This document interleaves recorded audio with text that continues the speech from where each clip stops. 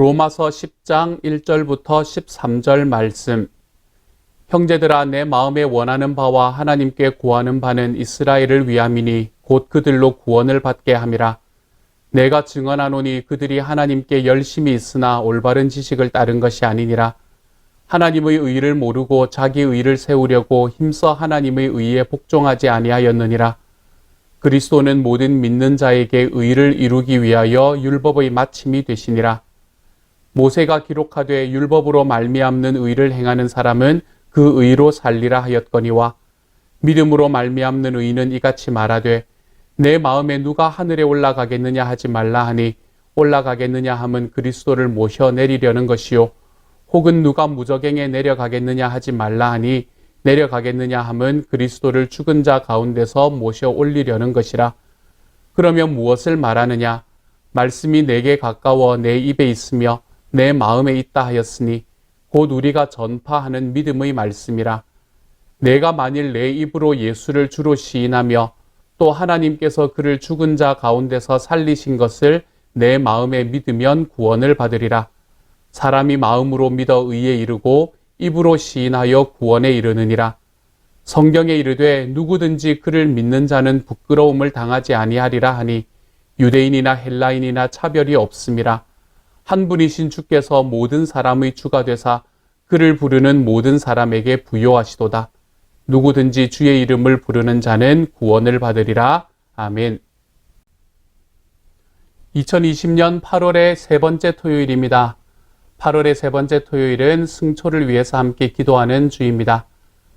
오늘 하루 하나님 앞에 기도하실 때 우리 승초를 위해서 기도해 주시면 감사하겠습니다. 알마티 목장, 이승주 박금옥 목자 목녀님을 위해서 기도해 주십시오. 남아공 8목장 정현웅 백지연 목자 목녀님을 위해서 기도해 주십시오. 페루 목장 이승철 이은수 목자 목녀님을 위해서 기도해 주십시오. 이 목자 목녀님들 뿐만이 아니라 우리 목원 식구들 한 사람 한 사람들을 위해서 기도해 주십시오. 생각나는 기도 제목들이 있으면 여러분 같이 기도해 주셨으면 좋겠습니다. 또한 이 세 목장이 섬기는 우리 모든 선교사님들을 위해서 기도해 주십시오.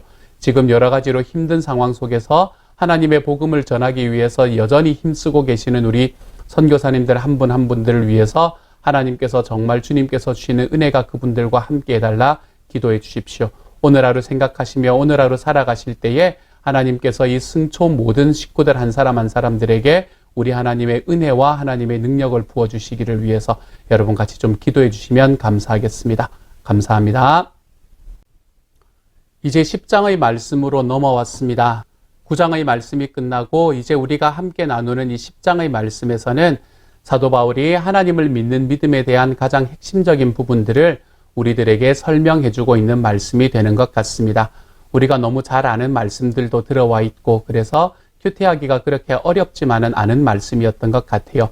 하지만 저는 여러분에게 어쨌든 이 말씀이 지금 어떤 의도에서 쓰여졌는가라는 것을 계속해서 좀 풀어서 설명해 주는 말씀으로 여러분과 함께 나아가려고 합니다. 먼저 첫 번째로 1절에서는 이렇게 말합니다. 형제들아, 내 마음에 원하는 바와 하나님께 구하는 바는 이스라엘을 위함이니 곧 그들로 구원을 받게 함이라. 사도 바울은 지금 계속해서 9장부터 11장까지의 말씀 속에서 자기가 이야기하고 싶은 이야기가 이거다라는 것을 계속 반복하고 있는 것이 보이시지요? 지금 사도 바울의 중심은, 이 이야기의 핵심은 이방인 그리스도인들이 아니라 유대인들을 향한 말씀이다라고 너무나 분명히 이야기를 해주고 있습니다. 로마서 9장에서부터 이야기를 했던 것처럼 지금 사도 바울의 마음에는 자기의 동족인 이 유대인들을 향한 뜨거움이 가득 차 있는 상태입니다. 그렇기 때문에 지금 이 사도 바울은 이 유대인들이 어떻게 구원을 얻을 수 있는가, 이것에 대한 이야기를 계속해서 해주고 있는 것이죠. 그러면서 이 유대인들이 구원 얻지 못한 이유에 대해서 먼저 설명을 합니다. 2절인데요. 이건 사실 앞에서 이미 설명을 한 것들을 정리하는 내용이에요. 내가 증언하노니 그들이 하나님께 열심히 있으나 올바른 지식을 따른 것이 아니니라. 이렇게 이야기합니다. 당시의 유대인들이 하나님 앞에 열심이 없었던 것이 아닙니다. 당시의 유대인들은 하나님을 정말 열심히 섬겼던 사람들입니다. 하나님의 율법을 지키기 위해서 힘써서 살아가는 사람들이었지요. 그 대표적인 사람들이 누구였습니까? 바리새인들이었습니다.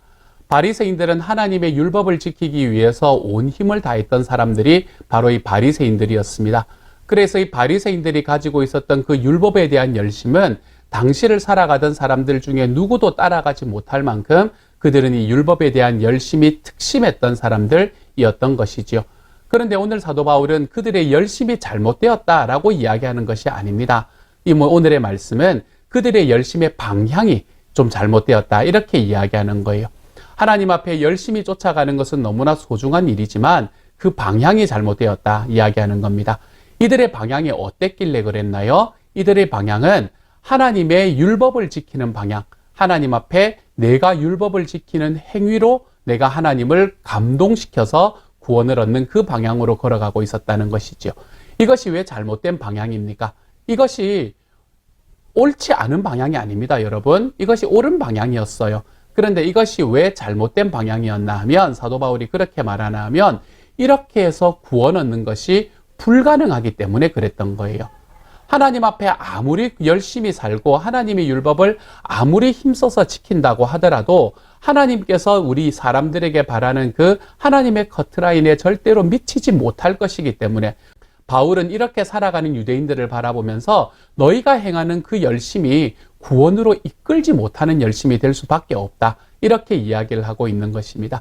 그래서 오늘 말씀에서 사도 바울은 뭐라고 이야기하나 하면 하나님께서 우리에게 이야기하시는 구원은 행위에서 오는 것이 아니라 믿음에서 온다. 그러므로 아무리 율법에 대한 열심을 가지고 있더라도 그 율법에 대한 열심으로 인해서 우리가 구원을 얻을 수 있는 것이 아니다. 이렇게 이야기를 하고 있는 것이 이 2절의 말씀이 되는 것이죠. 그러면서 3절에서는 그것을 좀 더 분명히 설명해 주고 있지 않습니까? 하나님의 의를 모르고 자기 의를 세우려고 힘써 하나님의 의에 복종하지 아니하였느니라. 여기서 말하는 하나님의 의라는 것은 믿음으로 주어지는 하나님의 의지요. 예수님을 믿는 믿음으로 주어지는 하나님의 의. 그러므로 내가 열심히 율법을 지키면 내가 구원을 얻는다. 내가 열심히 착한 일을 하면 그것으로 인해서 천국도 가고 극락도 가고 좋은 곳으로 가는 거지 라고 이야기하는 그 이야기들 속에서 하나님께서 우리에게 주신 이 예수 그리스도의 의, 예수 그리스도를 믿는 믿음으로 인해서 우리에게 찾아오는 하나님의 의는 온데간데 없어져 버리는 거예요. 그러므로 당시 유대인들은 하나님의 의, 이 예수님으로 인해서 우리에게 구원을 주시는 이 하나님의 의는 알지 못하고 자기의 의, 이렇게 율법으로 구원을 얻을 수 있다라는 자기의 의를 세우려고 하나님의 의에 복종하지 않는 사람이 되어버렸다는 것이지요. 그런데 하나님께서 우리에게 주시는 말씀은 무엇인가 하면 4절입니다. 그리스도는 모든 믿는 자에게 의를 이루기 위하여 율법의 마침이 되시니라 이렇게 말하지요. 모든이라는 단어가 중요합니다. 모든 믿는 자, 누구도요, 이방인도 유대인도요. 모든 믿는 자들에게는 하나님께서는 그리스도로 인해서 의를 이루게 되고 그래서 그리스도께서는 율법의 마침이 된다. 마침이라는 말은 완성이라고 생각하시면 돼요. completion이라고 생각하시면 됩니다. 율법의 완성이 된다. 이렇게 이야기를 하는 거예요. 그러면서 사도 바울은 이제 율법으로 말미암는 의와 그리고 믿음으로 말미암는 의는 어떤 차이가 있는가 이것을 말합니다. 먼저 5절에서는요. 모세가 기록하되 율법으로 말미암는 의를 행하는 사람은 그 의로 살리라 하였거니와 율법으로 행하는 의를 가지고 살아가는 사람들은 그 의 속에서 살아갈 것이다. 이렇게 말하는 거죠. 그런데 그 의는 결국에는 부족함에 이를 수밖에 없는 의. 우리들의 삶이 결국 하나님의 심판대 앞에 설 수밖에 없음을 깨닫게 만드는 바로 그 의. 그것 안에서 살아갈 수밖에 없을 것이다. 라고 이야기를 하고 난 다음에요. 6절에서 믿음으로 말미암는 의는 이같이 말하되 그리고 난 다음에는 무슨 말을 하나 하면 믿음으로 말미암는 의는 누가 하늘에 올라가겠느냐 누가 지옥에 떨어지겠느냐 이런 이야기를 하는 것이 아니라 8절에서요. 그러면 무엇을 말하느냐 말씀이 내게 가까워 내 입에 있으며 내 마음에 있다 하였으니 이것은 신명기 30장 4절의 말씀을 인용하고 있는 겁니다. 말씀이 내게 가까워 내 입에 있으며 내 마음에 있다 하였으니 곧 우리가 전파하는 믿음의 말씀이라. 다시 이야기하면 믿음으로 말미암는 의는 하늘에 올라간다, 땅에 내려간다 이런 이야기가 아니라 우리가 너희에게 전하는 바로 이 믿음에 대한 말씀 그 안에 하나님의 믿음의 의가 있다. 이렇게 말하는 거예요. 하나님께서 우리를 믿음으로 인해서 예수 그리스도를 믿는 믿음으로 인해서 의롭다 하심을 얻게 해주시는데 그것은 어떻게 의롭다 하심을 해주시나 하면 우리가 지금 말하는 이 믿음의 말씀을 통해서 하나님께서는 의롭다 칭하해 주신다. 이렇게 말하는 거예요. 그리고 그 말씀이 무엇인가라는 것을 9절과 10절에서 이야기합니다. 우리가 너무나 잘 아는 말씀이죠. 내가 만일 내 입으로 예수를 주로 시인하며 또 하나님께서 그를 죽은 자 가운데서 살리신 것을 내 마음에 믿으면 구원을 받으리라. 사람이 마음으로 믿어 의에 이르고 입으로 시인하여 구원에 이르느니라. 아멘. 이것은 우리에게 구원의 방법이 무엇인지를 이야기해 주고 있습니다. 우리가 입으로 예수님을 주로 시인하고 하나님께서 그를 죽은 자 가운데서 살리신 것을 마음에 믿으면 구원을 얻는다. 그리고 마음에 믿어서 의에 이르고 입으로 시인해서 구원에 이른다. 이것이 뭔가 하면 우리가 전파하는 믿음의 말씀이 되는 거예요. 그리고 이 말씀이 내게 가까워서 그것이 우리들의 마음에 있음으로 인해 이것이 믿음으로 말미암는 의가 된다. 이렇게 이야기하는 거죠. 믿음으로 하나님께서 예수 그리스도를 믿는 믿음으로 우리에게 의로움을 주신다라는 것을 알았는데 어떻게 그것을 믿게 되는 건가요? 우리는 마음으로 예수님을 주로 시인하고 우리는 마음으로 예수님을 믿고 우리는 입으로 주님을 시인하면 우리는 하나님을 믿는 믿음, 이 예수 그리스도로 인한 이 믿음 가운데서 우리는 주님의 의로움으로 들어갈 수 있게 된다. 이렇게 말하는 거죠. 저는 저와 여러분이 모두 이 길로 좀 걸어 들어갔으면 좋겠습니다. 이 길이 너무나 행복한 길이기 때문입니다. 우리의 마음으로 예수님을 믿으면 우리들의 삶에서 늘 나와 함께 계시고 내 삶에 역사하시는 주님을 경험할 수밖에 없습니다. 내 입으로 주님을 시인하면 내 삶을 지금까지 내가 힘들게 끌고 오던 그 나의 모든 삶이 하나님 안에서 얼마나 편안해지는 것을 경험하는지 모릅니다. 저는 저와 여러분이 좀 이 길로 걸어갔으면 정말로 좋겠어요. 우리 주님을 내 마음으로 믿고 내 입으로 주님을 시인하는 길. 그래서 우리 주님께서 나의 주님이 되셔서 나의 길을 인도해 주시는 분이시기 때문에 나는 내 삶을 이제는 더 이상 아둥바둥 내 힘으로 모든 것을 다 해야 되는 것처럼 살아가다가 날마다 넘어지는 삶을 살아가지 않겠습니다. 주님 앞에 좀 그렇게 고백하며 살아가 볼 수 있는 하나님의 사람들이 다 되어갔으면 좋겠습니다. 이렇게 예수님을 믿는 믿음의 방법에, 구원의 방법에 대해서 이제 이야기했던 사도 바울은 그 뒤에 이야기에서는 마치 이 이야기의 에필로그처럼 이야기를 하는데요. 이 11절부터 13절까지의 말씀 속에서 가장 핵심적인 것은 이렇게 하나님께서 구원의 방법을 통해서 구원을 주셨는데 이것은 누구에게 주시는 건가 하면 누구든지, 이 단어가 굉장히 중요한 단어입니다. 그래서 11절의 말씀에서도 성경에 이르되 누구든지 그를 믿는 자는 부끄러움을 당하지 아니하리라 하니 13절에서도요. 누구든지 주의 이름을 부르는 자는 구원을 받으리라. 이렇게 이야기합니다. 이 똑같은 단어를 쓰지는 않았지만 12절의 말씀에서도 그를 부르는 모든 사람에게 부여하다. 그리고 그것은 유대인이나 헬라인이나 차별이 없다. 이렇게 이야기를 하는 것이죠. 여기서 그러면 사도 바울이 가지고 있는 이 마음의 뜨거움은 누구를 더 향해 있을까요? 유대인을 더 향해 있습니다.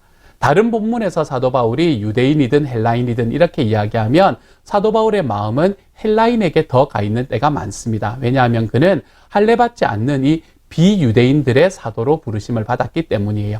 하지만 로마서 9장부터 11장까지의 말씀에서 들어오는 이 유대인이나 헬라인이나 차별이 없느니라라는 이 말씀에서는 사도 바울은 유대인을 향한 뜨거움이 더 간절함으로 이 말씀을 쓰고 있는 겁니다.